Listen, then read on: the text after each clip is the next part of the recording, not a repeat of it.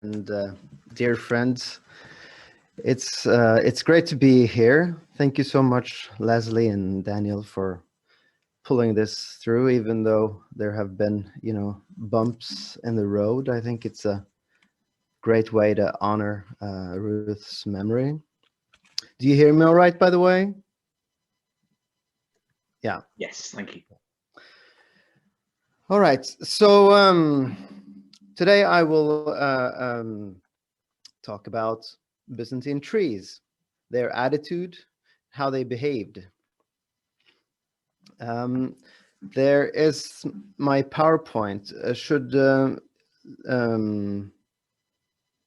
Just Liam, just tell me what to do with the PowerPoint, or are you putting it up? I have a copy just in case you need it, but otherwise, if you share your screen for the meantime, and if we encounter any trouble, I'll then take over and you can just tell me when to go through. So just a moment.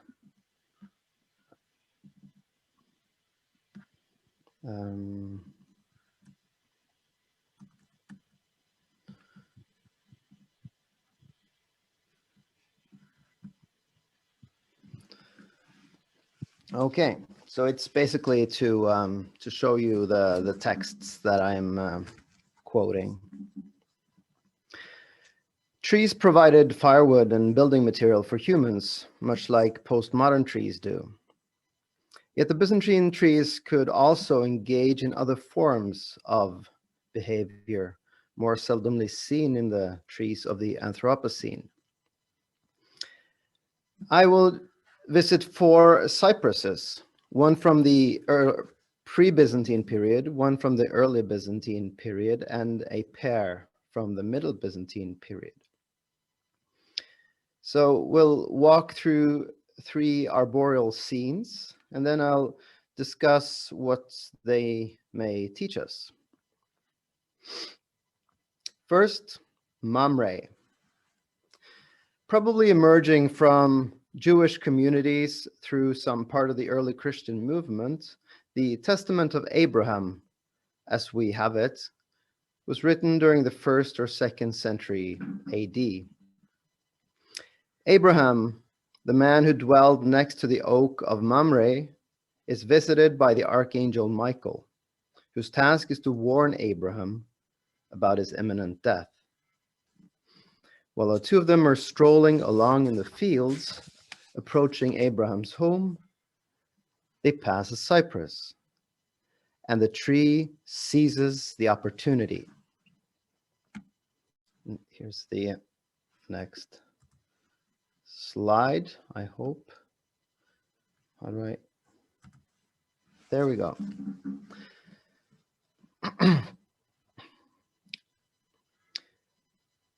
So this is about Michael and Abraham. They went away from the field to the house. Alongside the road stood a cypress tree. In accordance with the ordinance of God, the tree cried with a human voice and said, "Holy, holy, holy is the Lord who calls those who love him." Abraham hid the mystery, supposing that Michael had not heard the voice of the tree. So like an angel, the cypress exclaims, "Holy, holy, holy." But its voice, says the text, sounds human. Abraham does not understand it yet, but the blunt and bold cypress, the tree that interrupts them, crying out to the passers-by, is a prophetic one, for it hints about Abraham's death or his being called to God. Abraham suspects that he is the only one who's heard the tree's words. Judging by the storytelling, however, it seems he was wrong. The narrator comments that Abraham was supposing that Michael had not heard the voice of the tree. This comment must be taken to mean that Michael did in fact hear the words of the cypress. It was not some mystic whisper discernible only to Abraham with his affinity for oaks, but rather words spoken aloud. It was arboreal talk, dressed in angelic language and human sounds. The tree had spoken. Let us now then go to Lycia in Anatolia. Nicholas of Zion was a 6th century saint, not to be confused, although many have, with his more famous namesake of Myra. Early in life, he was seized by a desire to go down to the holy city to adore the venerable wood or tree of the Holy Cross, Timion Xylon. This is according to the anonymous Vita. And almost the same expression is used later in the story when he travels his second time to Jerusalem. He made a second journey to the holy city of Jerusalem to adore the venerable wood of the cross, and the same wood or tree is later called the much desired wood. So, but otherwise, apart from this, he is in his own Zion without a venerable wood or tree. From the Timion Xylon, we move to a Hieron Xylon. In between the two pilgrimages to the venerable wood, another tree encounters Nicholas. And it's this giant tree, more than Nicholas, that interests us here, of course. After the hagiographer has told of Nicholas' upbringing and youth, the reader is introduced to the cypress, a large, unpredictable one, persistently described as a sacred tree. Sacred or not, this tree poses a problem for the village of Plakoma. It puts both the villagers' own lives and their harvests in jeopardy. They come to Nicholas and they say, "On our land there's a sacred tree in which dwells the spirit of an unclean idol that destroys both men and fields. We're unable to go unhindered about our business on account of it. May your holiness yield to our entreaties and deign to come with us and fell it, in order to drive out the unclean spirit dwelling in the tree, and the fields and the district may be at peace and find respite." Nicholas' task is clear. He must liberate the village from the fierce tree spirit.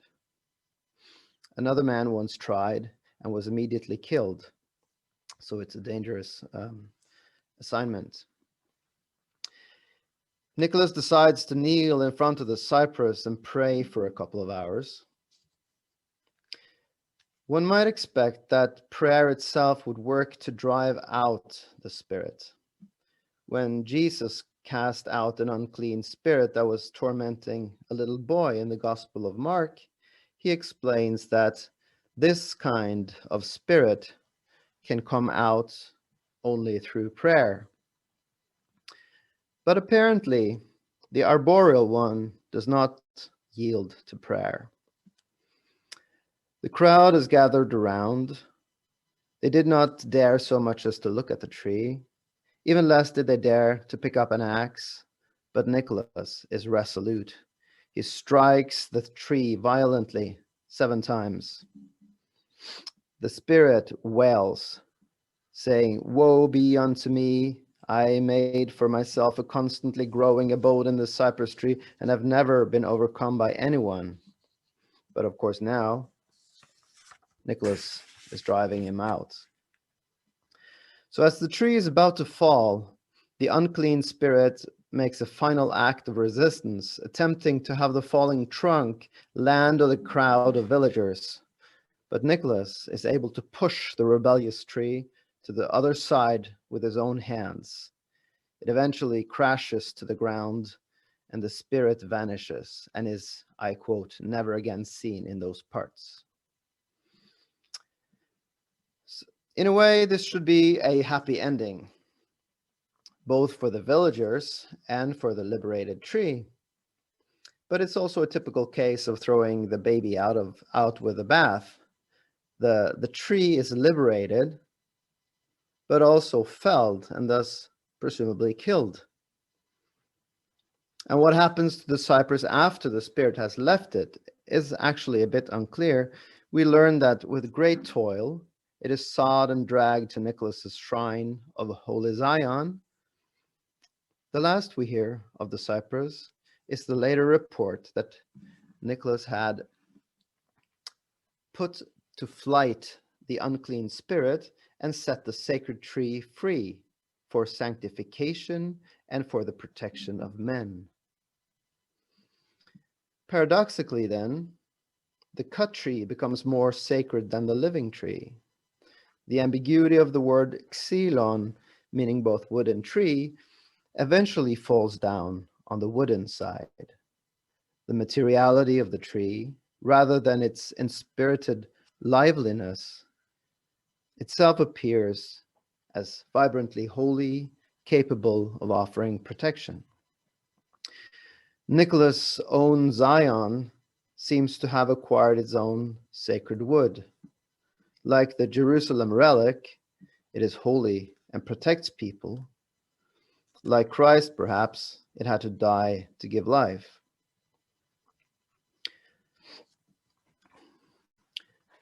The third tree story happened in Constantinople.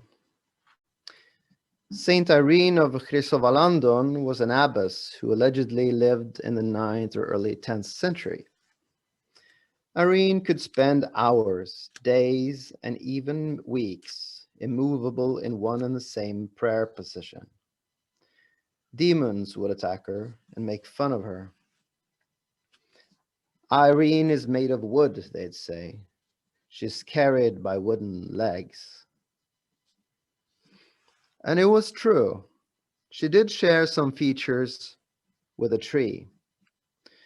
As she stood there, completely immobile, sometimes the nuns had to help her to loosen up after her prayer sessions,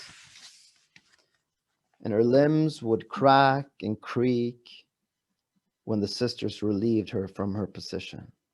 Her body spoke with the sound of wood. Irene did have an odd attitude, a bit like a hippie. During Lent, she would only eat cannabis seed and fruit, and at night she would stand in the forecourt of the monastery and gaze at the stars. Perhaps even the nuns thought she was a bit odd, or perhaps the narrator simply needed a second pair of eyes. For one of the nuns is secretly watching her one night and observes an exceptional practice. Once, one of the sisters happened to peep out of her cell just to behold Irene hanging in the air about 2 cubits above the ground and praying with her hands extended towards heaven. And then 2 lofty cypresses were standing on either side of the forecourt, reaching far up into the air. As Irene bent forward and prostrated herself before God, they trembled gently together and bowed their crowns to the ground along with her, waiting for her to rise. But even when the holy woman stood upright, the trees did not raise their crowns until, approaching, she made the sign of the cross on each of them. Then, as if blessed, they returned to their erect position. These cypresses demonstrate a more compliant attitude, one might say, than the one in Placoma, at least. Irene, who was stiff as a wooden board, is now bending and bowing. And so are the trees. They refuse to stand straight, and inspired by the bending woman, they also bend. The nun who has witnessed the scene is stunned. Was it a vision? Have demons deluded her? She runs to Irene's cell, but the abbess is not there. She runs out in the forecourt, and others come along. They see only the cypresses. Irene is not there, but the cypresses are, and something has changed. Silk bands of woven cloth were seen hanging in the crowds of the cypresses. Surely Irene had fastened them with her all-holy hands, as the treetops often thus bowed before her. Then the sisters asked one another, saying, "Who has been able to climb the insurmountable high trees and attach the woven cloths to them?" Thereafter they asked the holy woman herself in amazement, pointing to the bands as if she were ignorant, and she gave the following answer: "Someone who considered these trees sacred, my children, has suspended the woven cloths to God's glory." It was no deception. The cypresses had really prayed and served God together with Irene. The silk bands served to underline the truth of what the nun had seen. The editor of her Vida, Jan Olof Rosenquist, suggests that there is more to the silk bands, however. The Greek word enchiridia is also used for the orarion worn over the shoulders or over the shoulder by a Byzantine deacon or deaconess during liturgical services. An archbishop ordained a deacon or a deaconess by the laying of his hand upon the candidate's head as the candidate was bowing. Then he made the sign of the cross and put the orarion on him or her. So this text may, in other words, be read as an ordination of these cypresses. During the dark night, the trees enter the diaconate.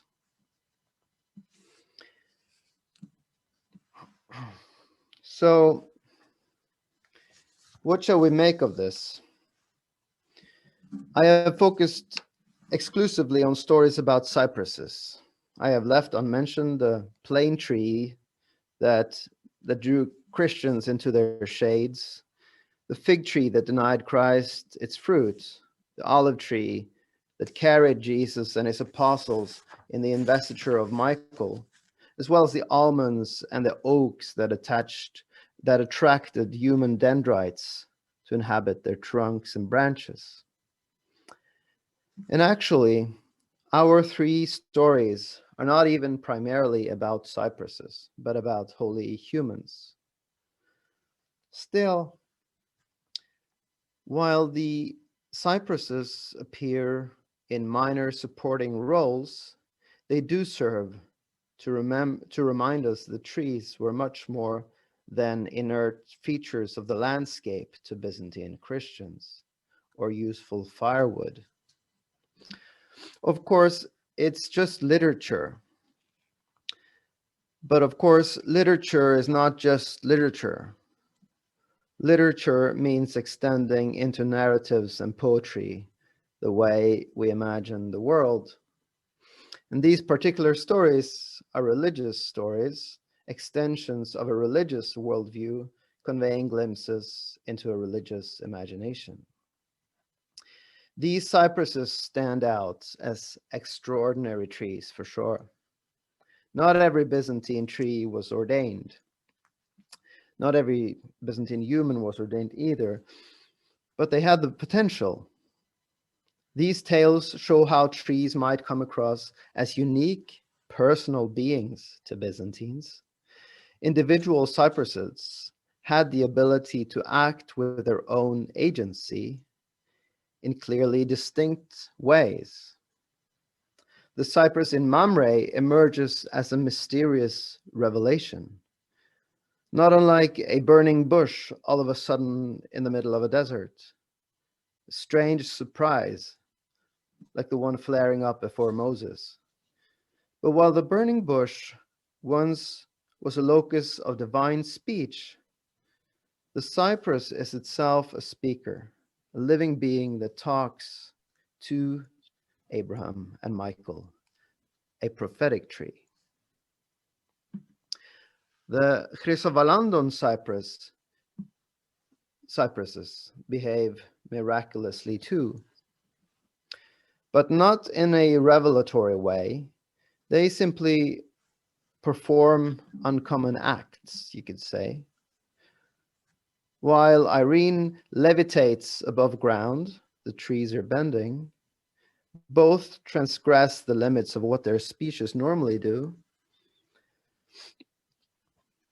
Like the human saint, the trees never cease being what they are, but in their sanctified space, they are, as it were, able to take their own arboreality a few steps further. Maybe we could say that they are saintly trees. In fact, Irene lets us know that someone considers them sacred. No less than Irene is dehumanized by her wonderful behavior, are the trees de-arborealized by theirs. Rather, we might say, they reach their full arboreal bloom. Together with Irene, they gesture towards the liturgy of creation, where the whole symphony of creatures cooperate. They're serving together with the abbess, not with the attitude of slaves, but as deacons together with the bishop, liturgical trees. What about the possessed cypress implacoma? This tree, it seems to me, is really nothing out of the ordinary. Later in the same story, there's a spring of water that is also possessed by an unclean spirit. It's like they're simply common problems in the countryside. Certain natural phenomena that are less friendly than others, possibly possessed or caught up in something evil. We encounter, of course, similar stories in the gospel where Christ drives out unclean spirits of people. Only that in Plakama, it's the tree and not a human. Such exorcism releases the person from suffering and pain. As the spirit departs, health is restored. What distinguishes the Plakama incident is that Nicholas' exorcism renders the tree dead as a relic.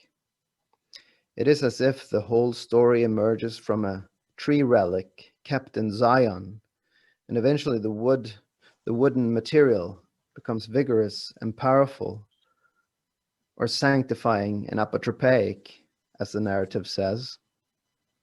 It's been liberated from the evils of this world, leaving only the vibrancy of its wood. With any luck, it will grow with Christ in paradise. So one cypress may speak spontaneously.